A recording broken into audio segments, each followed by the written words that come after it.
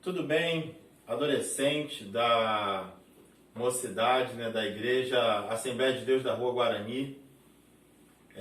Eu estive aí com vocês em novembro no congresso de jovens. Foi um congresso muito avivado, muito abençoado. Como eu e minha família, minha esposa, meus filhos, minha mãe, nós participamos desse evento aí e como nós fomos abençoados, não é? Nós começamos uma série de respondendo a perguntas que vocês fizeram. Só que as perguntas foram tão boas e foram tão edificantes que o tempo não foi suficiente, não é? Deu a hora do almoço, a gente ultrapassou um pouquinho e a gente teve a necessidade de ultrapassar o horário, mas tinha um limite. Então eu fiquei devendo algumas respostas para vocês. E aí, como eu fiquei devendo e quem deve paga, né? Então eu vim aqui gravar esse vídeo para responder para vocês cada uma dessas perguntas, tá bom? Vou fazer uma oração antes de eu começar a responder aqui. Pai querido, nós te agradecemos, ó Pai, por esse ministério, Deus, em Magé, em Piabetá, por alcançar adolescentes e jovens, ó Pai, por todos os líderes dos adolescentes e dos jovens, por todos os pastores, ó Pai, os dirigentes ali, os diáconos, ó Pai, de cada congregação, de cada igreja, esse trabalho, Deus, tão importante, que é conduzir jovens a Cristo, e não somente a conhecer a Cristo, mas também crescer no conhecimento do Senhor. Abençoe, Deus, essas respostas que eu vou aqui compartilhar com meus irmãos, e que seja edificação para a vida de cada um deles. Assim nós choramos, no nome de Jesus. Amém. Então, vamos lá, é uma série de muitas perguntas e de assuntos variados, e a gente vai fazer de tudo aqui para poder responder da melhor maneira possível. A primeira pergunta diz o seguinte: é pecado estar em um relacionamento mundano? Não é? Então vamos primeiro para essa parte de definição, né? O que seria um relacionamento mundano, não é? Interessante porque todos nós estamos no mundo, não é? Seja cristãos ou não, todos nós estamos no mundo. E quando a gente tem um relacionamento, é um relacionamento dentro do mundo. Na verdade, o que o adolescente ou o jovem aqui está perguntando é se um jovem cristão evangélico, né, pode namorar uma menina que não seja evangélica, ou o contrário, não é? Uma menina evangélica namorar um rapaz que não seja evangélico. Bom, a Bíblia diz, o apóstolo Paulo, escrevendo na carta aos Coríntios, ele diz para nós não entrarmos em um jugo desigual. O que é esse jugo desigual? É quando o jovem cristão ele está obedecendo a Bíblia, está se esforçando para obedecer a Deus, e de repente ele decide entrar em um relacionamento que essa pessoa com quem ele vai se relacionar não segue os mesmos princípios, não obedece a Deus. Qual é a possibilidade disso dar certo? Muito difícil, muito pequeno. É muito mais fácil um cristão abandonar a fé e passar a seguir os costumes do mundo do que aquele que não é cristão se converter. Namoro não é ferramenta de evangelismo. Eu vou namorar para ele se converter. Namoro não é ferramenta de evangelismo. Então, o conselho que nós damos sempre é aquele jovem que é cristão, que é evangélico, namorar também uma pessoa que tenha o mesmo jugo, que tenha esse mesmo pensamento. E aí a pergunta fala assim, né? É pecado? É errado? O namoro em si, né? Se o namoro, né, for de acordo com a vontade de Deus, o namoro em si não é errado. O que acontece é que as consequências desse relacionamento normalmente são pecaminosas. Não é? Porque o servo de Deus, ele pede ajuda ao Espírito Santo para não pecar. E aquele que não vive sob o domínio do Espírito Santo acaba cometendo muito mais pecados do que deveria. E aí, quando esse cristão ele entra nesse relacionamento, ele acaba entrando nesse ambiente, né, propício a muito mais pecado do que a santidade. E aí uma segunda pergunta aqui é: assistir animes é pecado? Vamos primeiro desmistificar, né, assim, entender essa palavra pecado, né? Se a gente pegar pela origem da palavra, pecado significa amartia, que é errar o alvo. E qual é o alvo? todo filho de Deus, ele tem um propósito de fazer a vontade de Deus. E quando um filho de Deus, ele erra, quando ele peca, é quando ele erra o alvo. Ele erra o propósito da vida dele. Então, pecado é todo erro. Tudo aquilo que nós fazemos fora do propósito de Deus é um pecado. Não é? Necessariamente não precisa estar escrito na Bíblia, não é? Para que seja um pecado. Por exemplo, eu adotar o gatunete na minha casa. Isso não está escrito na Bíblia que é errado. Mas a gente entende pelos princípios da Bíblia que isso é errado. Então, isso é pecado. A gente precisa entender, né, esse ponto para definir o que é pecado. Animes, não é? Eu fui para a internet para pesquisar. Animes é uma animação. Animes é um desenho. O apóstolo Paulo também escreveu que tudo me é lícito, mas nem tudo me convém. Tudo me é lícito, mas nem tudo me edifica. Então, um cristão, ele pode ver animações, animes, desenho? Entendo que sim, pode. Mas agora, nós temos que sempre pedirmos sabedoria a Deus. E na verdade, não tem como nenhum líder cristão chegar para os seus jovens e botar uma lista do que pode fazer, o que não pode fazer. Todo jovem cristão precisa ler a Bíblia, orar e buscar entender a vontade de Deus. E à medida que você entende a vontade de Deus, algumas experiências que você vai passar na sua vida, você vai ter o entendimento de que se é bom ou ruim. Por exemplo, eu não conheço todos os desenhos. Eu não sei nem de qual desenho especificamente você está perguntando. Mas o que eu posso te dizer é que, como diz o apóstolo Paulo à igreja em Roma, que o cristão ele é conduzido pelo Espírito Santo. Então, se esse desenho ele te estimula, né, ou ele demonstra muitas cenas, ou muitas coisas que podem te levar a pecar, ou contaminar a sua mente, como está escrito lá em Filipenses, né, tudo que é amável, se alguma virtude há, se algum louvor existe, seja isso que ocupe a tua mente. Então, se esse desenho está muito fora dos padrões bíblicos, daquilo que é bênção, daquilo que edifica, daquilo que fortalece, você mesmo vai ter o discernimento que aquilo ali não é bom. Não é? Então, não tem como dizer se é pecado ou não. Existem animes que são bons, existem animes que são ruins. E você precisa ter esse discernimento. E aí a terceira pergunta desta pessoa aqui, ela disse o seguinte, lembrando, né, essas perguntas elas foram anônimas, né?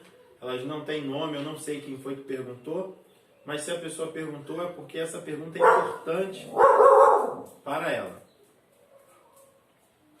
Eu estou na minha casa, né, me desculpe aí, de vez em quando a minha cachorra aqui vai participar latindo, mas vamos lá. Vejo amigos meus crentes ficando. O que é ficar, não é? Esse ficar, esse termo ficar, ele foi até muito usado entre o ano 2000 e o ano 2010, não é mais ou menos esse termo ficar? Ultimamente tem sido até substituído por outras palavras, né? Com um rolo, alguns falam é o crush, não é? Então existem outras palavras novas. Mas pegando pelo sentido da palavra ficar, não é? O que é ficar? A pessoa fica sem compromisso. Eu acho que uma definição bem clara dessa palavra ficar é ficar sem compromisso. Então a gente entende que todo cristão, tudo que ele faz é com compromisso. Se ele fica sem compromisso, eu acho que isso não é bacana, não é? Existe uma expressão bem vulgar, né, que diz que fulana é sabonete. O que significa esse sabonete? Vai na mão de todo mundo, não é? Então, assim, essa expressão é ruim. Então, uma pessoa que fica com uma pessoa hoje, fica com uma outra pessoa amanhã, qual a definição dessa pessoa? Jesus, lá no Evangelho de João, capítulo 8, versículo 12, Jesus disse: eu sou a luz do mundo, e aquele que me segue jamais andará em trevas, mas pelo contrário, terá a luz da vida. Bem, se você tem a luz da vida, eu acho que esses relacionamentos temporários assim só desgastam, não é? trocar beijos, abraços, apresentar a família, conhecer a pessoa, tem que ser algo sério, tem que ser, eu acho que um bom namoro é um namoro com propósito.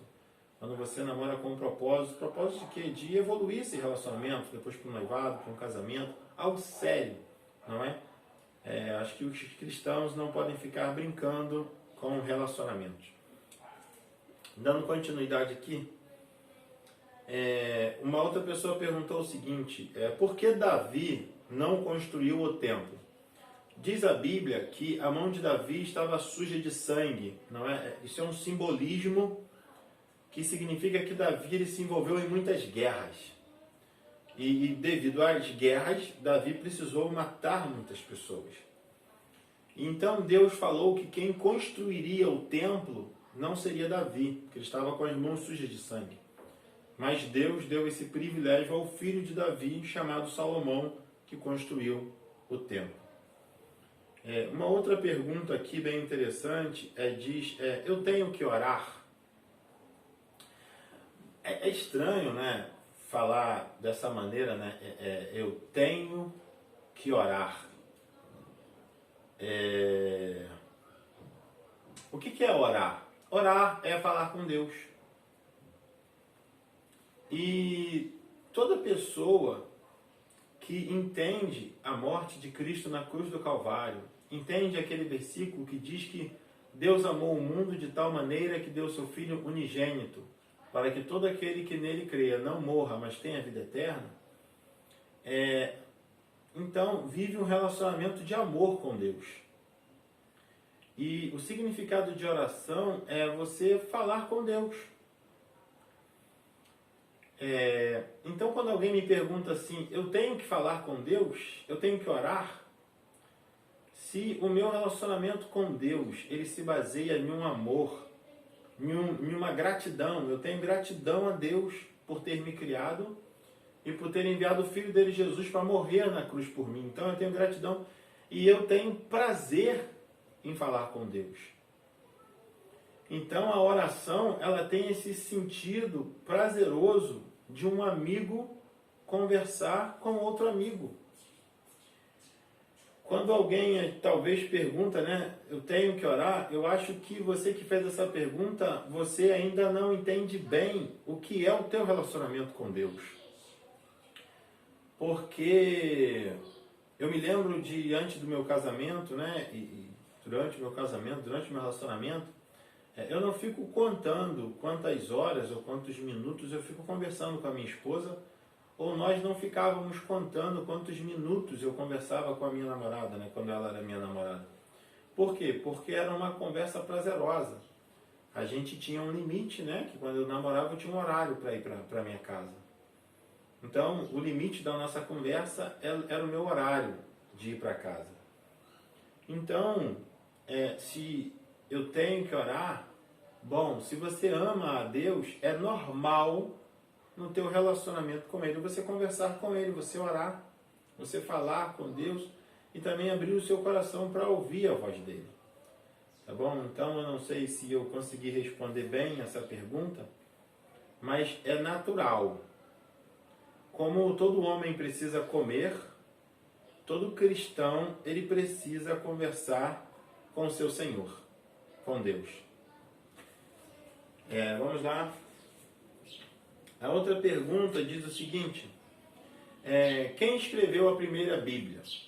Bom, a Bíblia, essa palavra Biblion, né, que é a coleção de livros ou conjunto de livros que tem 66 livros. São 39 livros no Antigo Testamento e 27 livros no Novo Testamento.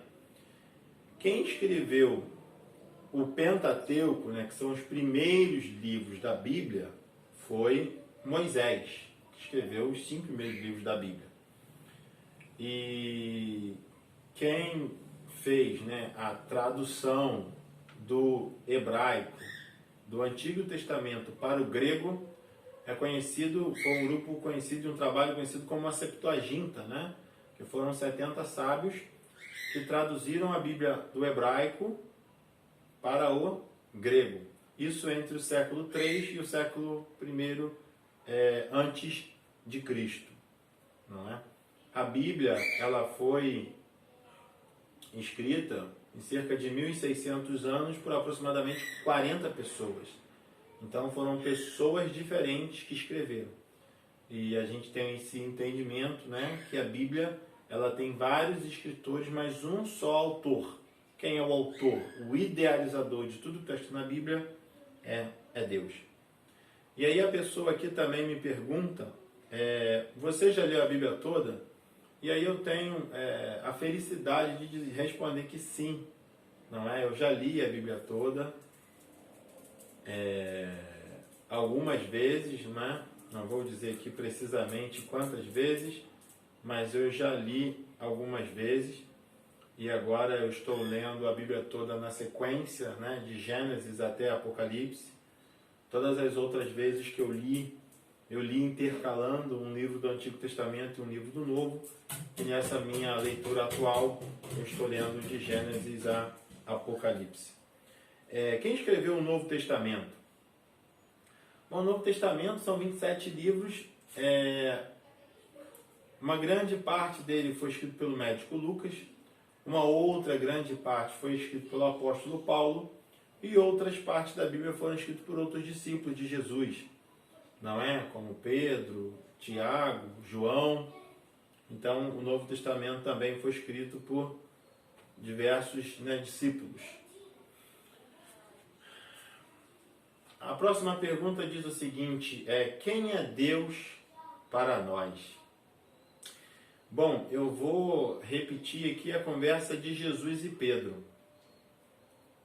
Jesus chegou para Pedro e disse assim, Pedro, o que dizem a meu respeito? E aí Pedro falou, uns dizem que tu és Elias e outros dizem outras coisas. E aí Jesus virou para Pedro e falou para Pedro, o que você diz, Pedro? E Pedro virou para Jesus e disse, tu és o Cristo, o Filho do Deus vivo. Então, Deus, para nós, esse Jesus, Filho do Deus vivo. E a gente também tem esse entendimento, não somente Jesus, o Filho, mas nós já cremos na Trindade, não é? Que é o Pai, Criador de todas as coisas, Jesus, o Salvador, e o Espírito Santo, o Consolador. Não é? Então, Deus, Ele é o Criador de todas as coisas, Ele é o Salvador de todo homem e Ele é o Consolador também de todo homem e mulher. Como na África fala Deus? Bem, a África é um continente com diversos países e cada país fala um idioma. Nós temos países na África que falam francês, que falam português, que falam inglês e diversos países que falam diversos dialetos, línguas, de acordo com a sua região, não é? Então, o Deus ele também tem a tradução para cada língua lá, na África. Como em português nós falamos Deus, em inglês nós falamos God e em espanhol nós falamos Deus. Então, em cada língua também que é pronunciada lá na África, é pronunciado, mas sempre fazendo essa referência ao Deus Criador e ao Deus da Bíblia Sagrada. Terceira pergunta aqui desta pessoa, não é? Qual é a população mais crente? Quero responder aqui, dizer que eu não sei tudo, não é? Eu também precisei fazer algumas consultas para me preparar para responder melhor aqui essas perguntas. Mas a maior população de crentes, segundo os dados de levantamento, de pesquisas, a maior população de crentes é nos Estados Unidos da América. Hoje os Estados Unidos têm mais de 300 milhões de habitantes e eles possuem mais de 160 milhões de evangélicos. Então hoje o país, ou a população com mais evangélicos é os Estados Unidos da América. Como sabemos se alguma coisa provém de Deus? Difícil isso, né? Difícil e fácil. É complexo. Como saber se alguma coisa é de Deus? Não é? O que nós sabemos é que Deus criou todas as coisas. E eu acredito que talvez essa pergunta aqui, e essa pessoa esteja, como ter essa sabedoria, né? De saber se alguma coisa que está acontecendo na sua vida, se ela vem de Deus ou se ela não vem de Deus. A Bíblia diz no Salmo 119, como conservará puro o seu caminho. A Bíblia diz no Salmo 119. E ali o salmista ele escreve que como poderá o jovem guardar puro o seu caminho. Então é conhecendo a Deus.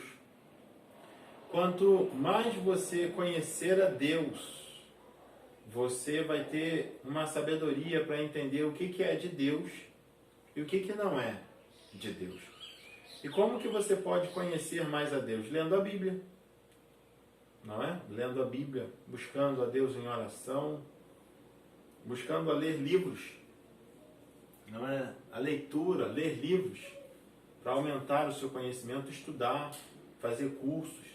Se a sua igreja tem curso de teologia, curso básico de teologia, curso avançado de teologia, então estudar, ter o conhecimento de Deus. A palavra teologia vem, né, das palavras tel e logos, que é palavra e Deus. Então conhecimento de Deus, então conhecer Deus. Então quanto mais conhecimento você tiver de Deus, mais discernimento, mais sabedoria você vai ter para entender o que é de Deus e o que não é de Deus, o que é bom e o que não é. A Bíblia também fala sobre a paz de Cristo seja o juiz no seu coração. Então, quando você anda com Deus, as coisas de Deus te trazem paz. Agora, quando algo vem trazendo muita inquietação para você, você logo percebe que aquilo ali não vem da parte de Deus. Uma outra pergunta aqui é como buscar o batismo no Espírito Santo? Então vamos entender, né, o que é isso, o batismo no Espírito Santo. Eu estou me dirigindo a uma igreja pentecostal, não é? E o entendimento das igrejas pentecostais é justamente que existe o batismo nas águas, que é aquele que o pastor coloca o corpo da pessoa debaixo da água e depois levanta. Esse é o batismo nas águas, chamado também o batismo de João Batista. João Batista batizou Jesus no Rio Jordão. Esse é o batismo nas águas. É um sepultamento daquela velha criatura e o nascimento de um novo homem e de uma nova mulher. Esse é o batismo nas águas. O batismo no Espírito Santo, nós entendemos que é esse revestimento de poder, de autoridade que Deus derrama sobre o homem. É um dom espiritual, não é? E como buscar o batismo no Espírito Santo? É orando, buscando a Deus em oração. E quando a gente busca a Deus em oração, a gente recebe esse derramamento da presença do Espírito Santo. É interessante que a Bíblia fala, tem uma passagem, que alguns homens não tinham ainda sido batizados nas águas, mas eles já falavam em outras línguas. E ali os apóstolos conversaram e disseram: como nós poderemos negar água para estes homens se eles já receberam a virtude do Espírito Santo? Então a gente entende que, em regra, a pessoa primeiro é batizada nas águas, depois recebe o batismo no Espírito Santo, mas isso não é uma regra. Existem suas exceções. Pode acontecer antes, né, ou depois, ou pode acontecer até juntos, não é? Existem algumas denominações no Brasil que acreditam que quando a pessoa é batizada nas águas, ela também recebe o batismo no Espírito Santo. Eu não vou aqui tocar em pontos divergentes, eu vou me dirigir especificamente à Igreja Assembleia de Deus e à denominação Assembleia de Deus. Como busca o batismo no Espírito Santo? É orando, é jejuando, é se santificando, buscando a presença de Deus, pedindo a Deus, não é? E a Bíblia diz, né, pedis e não recebeis porque pedis mal. A gente não deve pedir esse batismo no Espírito Santo para mostrar para as outras pessoas que nós somos um cristão melhor, nunca deve ser isso, mas tudo a bênção que a gente pede a Deus precisa ter um propósito. Então eu acho que um bom caminho é você falar para Deus que você quer ser mais usado por Ele e pedir esse revestimento. E é natural que isso aconteça na tua vida. E paciência, não é? Tem que ter paciência. Não é como um curso, né, de fazer pão, que 10 pessoas entram no curso de fazer pão e depois de 2 semanas de aula todo mundo sabe fazer pão. Os dons espirituais, eles não são assim. Os dons espirituais, eles não seguem as regras, né, do homem ou a matemática do homem. Não é porque eu orei 10 dias ou orei um mês que isso vai acontecer.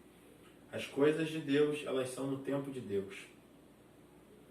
Como saber quando o diabo está trazendo uma tentação para a gente? Não é? Como saber? Existiam uns desenhos na televisão, eu tenho visto pouco isso, não é? Porque na verdade a televisão e os desenhos têm falado pouco do diabo, não é? O que a mídia às vezes tem tentado, né, esconder, né, essa figura, mas essa figura existe e a Bíblia cita sobre ele, não é? A Bíblia fala muito mais de Deus do que do diabo, mas a Bíblia cita a presença e a existência do diabo. E eu lembro disso, é muito engraçado, porque eu me lembro dos desenhos que tinha aquele anjinho e aquele demôniozinho na cabeça de uma criança, e o demôniozinho sempre falava para fazer a coisa errada e o anjinho sempre falava para fazer a coisa certa. Então eu acho que não existe melhor ilustração. A gente sabe quando o diabo está tentando as nossas vidas, é quando alguém ou alguma voz ou alguma circunstância está te empurrando para você fazer a coisa errada. Então isso é uma tentação. E aí não adianta você querer vencer com seu próprio conhecimento, com sua força. A Bíblia diz que José, no Egito, quando ele foi tentado, ele correu, ele fugiu. Há certas situações na nossa vida que a gente não consegue correr ou fugir.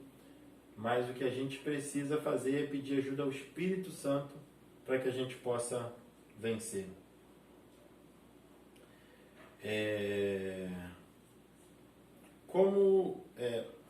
E aí é que a pessoa pediu oração pela mãe dela, né, que no final, que Deus abençoe, né, a tua mãe, que Deus fortaleça, né, a tua mãe, a tua família. E louvado seja Deus porque você tem participado aí dos congressos e dos eventos, né, da Assembleia de Deus. E eu tenho certeza que tudo que você tem recebido nessa igreja, você também tem levado ao conhecimento da sua mãe, da tua família. E eu tenho certeza que a tua família já está sendo abençoada com a bênção que está chegando na tua casa através de você. E aí alguém perguntou, né, e lembrando no congresso, né, tinha adolescentes, né, e jovens, e uma das perguntas aqui, uma pergunta muito famosa, que diz o seguinte: quem vem primeiro, o ovo ou a galinha? E eu vou me atrever aqui a responder. Em Gênesis, diz que no 6º dia Deus criou os animais, não é? Bom, então, se Deus criou, né, os animais, então a gente entende que primeiro Deus criou a galinha e que depois veio o ovo. E aí fez uma pergunta aqui, né? Por que o processo da azeitona para o azeite é demorado? Eu pesquisei na internet e o processo da azeitona para o azeite deve demorar no máximo 24 horas, mas assim, por que ele é demorado? Confesso que essa resposta eu vou ficar devendo, essa eu não sei responder. Tá bom, se você talvez quis falar sobre a ideia, né? Porque a Bíblia faz uso de simbolismos e um símbolo da presença de Deus e da unção é o azeite. E que talvez, né, essa demora, né, de uma azeitona, que é um fruto, e se transformar num azeite, né, que é como se fosse um suco da azeitona, é que às vezes também na vida do cristão é um processo, não é? Nós ficarmos um cristão maduro, mais sábio, mais cheio da presença de Deus é um processo. E a gente precisa de paciência para nós vivermos o tempo de Deus na nossa vida e na sua vida. Os dinossauros já existiam antes de Deus fazer o haja, não é? Não, é primeiro afirmar, né, os dinossauros existiram, quanto a fato não há argumentos, não é? Não é porque os dinossauros não existem hoje que eles não existiram. A gente tem aí os ossos que são encontrados e eles existiram. Por que eles foram extintos, aí eu não sei responder o porquê. Eu posso deduzir que a nossa convivência com eles não seria boa, não é? Eu acho que nós não conseguiríamos viver com a presença deles. Mas eu creio também que os dinossauros foram animais, não é? E que dentro lá do dia da criação que Deus criou os animais, Deus também criou os dinossauros. E aí uma pergunta aqui muito interessante, né? Em função dessa pandemia, desse momento que o mundo está vivendo, no Brasil, no Rio de Janeiro. Estou muito abatido, pois as aulas na minha escola voltaram e minha mãe não deixa eu ir. Como eu devo agir nessas horas? Bom, lá nos 10 mandamentos de Êxodo 20, fala: honra teu pai e tua mãe. E uma das grandes bênçãos na caminhada cristã é obedecer a pai e mãe. Então, se tua mãe não quer que você vá à escola por medo, né, por preocupação com a pandemia, o que você tem que fazer é obedecer. Não é? A gente sempre crê, acredita que a mãe e o pai quer o melhor para você. Se ela não está deixando você ir com medo de você pegar o coronavírus, talvez você trazer para levar para sua casa, né, e sua mãe e outras pessoas serem contaminadas. Tenha paciência. Então obedeça, não vá. Pegue matéria com seus amigos, veja se consegue assistir pela internet, veja o que você consegue fazer. Não é? E tenha paciência. E aí eu quero aproveitar essa tua pergunta e ensinar uma coisa para vocês, adolescentes e jovens. Às vezes a gente quer que os nossos pais mudem a atitude. Se o teu pai proibiu você algo, você quer que ele autorize. Então você quer que teu pai mude um comportamento. Você quer e você às vezes exige que ele mude o comportamento. Só que o grande X da nossa vida não é mudar a atitude das pessoas. Eu estou respondendo essas perguntas para vocês e o meu objetivo não é somente mudar os comportamentos de vocês, porque vocês podem mudar o comportamento por um tempo, mas uma das maiores bênçãos da nossa vida é quando a gente muda o nosso pensamento. O apóstolo Paulo, escrevendo à igreja em Roma, no capítulo 12, ele escreveu: rogo-vos, pois, irmãos, pelas misericórdias de Deus, que apresenteis os vossos corpos por sacrifício vivo, santo e agradável a Deus. E não vos conformeis com este mundo, mas transformai-vos pela renovação da sua mente. Então, transformai-vos pela renovação da mente. Então, se você está tendo dificuldade com a sua mãe, que ela não quer deixar você ir para a escola em função dessa pandemia, tente mudar o pensamento dela. Tente explicar para a tua mãe o porquê é importante